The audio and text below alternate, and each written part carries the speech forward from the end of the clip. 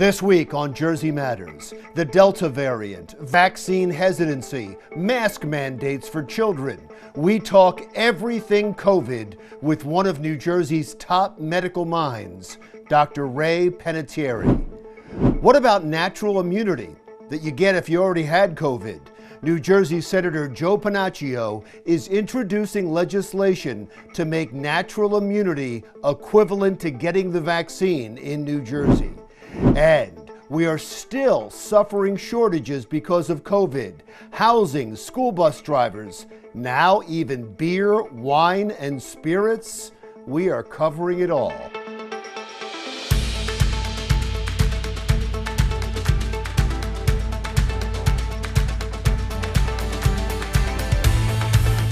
Hello, I'm Larry Menti. Welcome to Jersey Matters.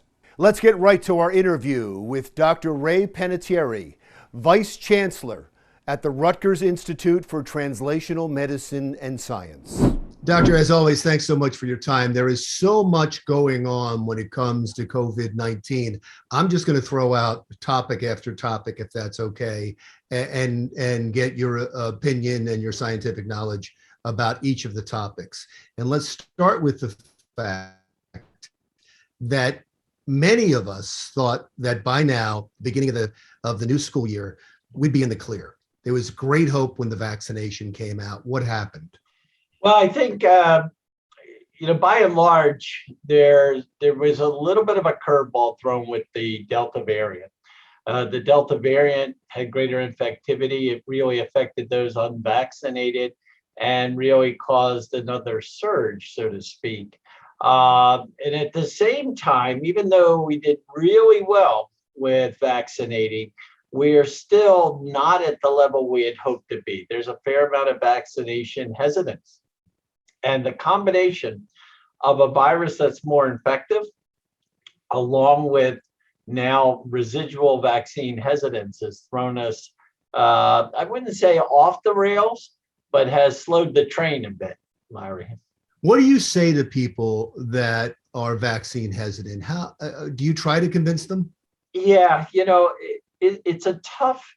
It's really tough because every individual needs to make their own decisions. The data, though, is overwhelmingly compelling that vaccines are saving lives and decreases infection. There's no argument there.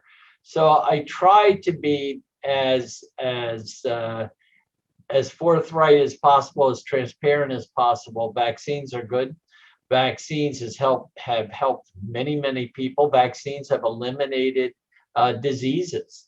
But where we're at right now is, even though we're getting more and more vaccinated individuals daily, we're not keeping up to the same pace as the virus. What about masks? The governor has a new mandate that every child, whether they're in daycare or in school, has to wear a mask at the age of 2 and over. Let me deal first with that 2 to 5 age group, because there are many studies out there, including a study by the WHO, that said it's not needed and it's actually counterproductive for children 2 to 5. But the CDC says yes. Obviously, the governor's following the CDC. Where do you weigh in on this? Yeah, so this is a complex issue. Clearly, the virus will go to the pool of individuals where it can generate infection. The greatest number of those individuals are going to be children who haven't been vaccinated, since we haven't had an approved vaccine for the 2 and greater until recently. So, the virus seeks to continue to propagate. It seeks hosts that are vulnerable, children. Now, having said that, and what's the disparity here? Well, the WHO recognizes that children who do get SARS-CoV-2 often don't get the same severity of illness as an adult. And so maybe the cost-benefit ratio is not there for mask wearing. In the United States, I think wearing masks in school, where there's a lot of connection and a lot of contact with others who aren't vaccinated, makes pretty good sense at this point. Now, I'll tell you where the world's going to change is the world's going to change when we can vaccinate the 2 and greater. And that'll be an exciting opportunity where maybe at that point we could start shedding the masks. Well, you think people are reluctant to get the vaccination themselves. When it comes to their children, I think they're going to be extremely reluctant, especially if they go again with the emergency approval and not full approval by the FDA. But you would suggest that they do. Yeah, I mean, the data is supporting the safety of the vaccines. Certainly children early in life get vaccines, right? Larry, there's no argument there. You get pertussis, whooping cough, you get measles, all these. Now, there are people who have hesitance for all vaccines, and we're not really going to impact on them. But in this case, I hope the data is going to support the safety of these vaccines for COVID and allow us to get it into schools where they can get life back to normal. If we do not get this under control, will there finally be a mutation that is vaccine resistant? Well, I sure hope that's not the case.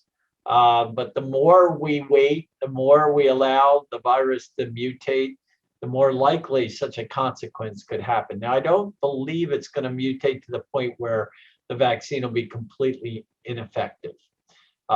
We recognize even Delta virus is susceptible to the vaccine. So I don't think you're going to see an on-off switch, yes, no. What you're going to see is, though, there'll be mutants that are going to be less sensitive to the vaccine. One thing that people bring up a lot is, why don't we give more credence to people that have had the vaccine having natural immunity? Do they have natural immunity, and do we know how long that lasts? To the vaccine itself? No, I'm sorry, natural immunity to COVID-19. If you had COVID-19, Yes. Do you have the antibodies, and how long do they last? Yeah, that, we really don't know that for sure. We do know people can get reinfected. So that would suggest an impaired immune response to the vaccine. How prevalent that is and what is the incidence of that, we just don't know. There's been a lot of people infected, but at the same time, with all that infection, a lot of these people then got vaccinated, right? So we're not doing the natural history as to what's going to happen over a period of time. It is undoubtedly some people who got COVID-19 probably will never get the infection again. We just don't know what that percentage is. Has that not been studied enough? It hasn't been studied enough because the world changes so quickly, right? We had vaccines and then people got vaccines. So you can't study somebody who had a natural infection and got vaccinated. You know what I'm saying? And so then you can't really look at them.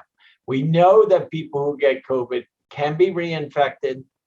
We don't have the granularity in that population who did get reinfected.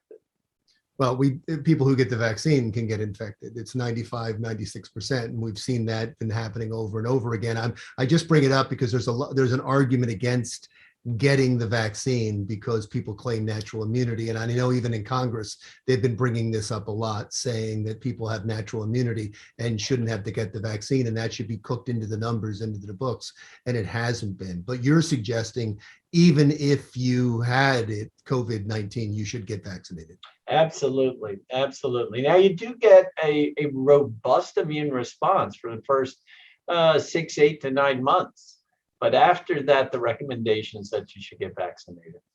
And finally, I know Rutgers has been in the forefront at a lot of research with COVID-19. Do you have anything to report, or can you tell us what's going on now? Yeah, well, we have lots of exciting news. We are a site for the Pfizer pediatric study that led to pushing it over the top to get it down to the 2 and over group. So that's certainly very exciting. We have ongoing studies in how to enhance COVID testing in underrepresented minority individuals in specific counties Essex County being one, Middlesex another. We're trying to figure out how to improve our community-based communication through organizations that will embrace COVID testing in a very simple manner, and then hopefully can impact on hesitance, vaccine hesitance in such populations. So lots happening at Rutgers in COVID, and I'll have more to report and come back, Larry. Wonderful. We'd love to have you back. And that last study is so important because in study after study in cities across the country, the most reluctant to get vaccinated have been African Americans. And we won't get into the ugly history this country has had in vaccinations and the African American population, but there is a stubborn reason for that. So it's extremely important. I can't wait to hear the results of your study. Doctor, as always, you've been a wealth of information. Rutgers at the forefront in the study of COVID-19. Thank you so much for your time. It's always a pleasure. Have a great day. Dr. Ray Panettieri, Vice Chancellor of Translational Medicine and Science at Rutgers University. Still to come on Jersey Matters, legislation is going to be introduced to make natural immunity from getting COVID-19 the same as getting a vaccine. We'll talk about it next.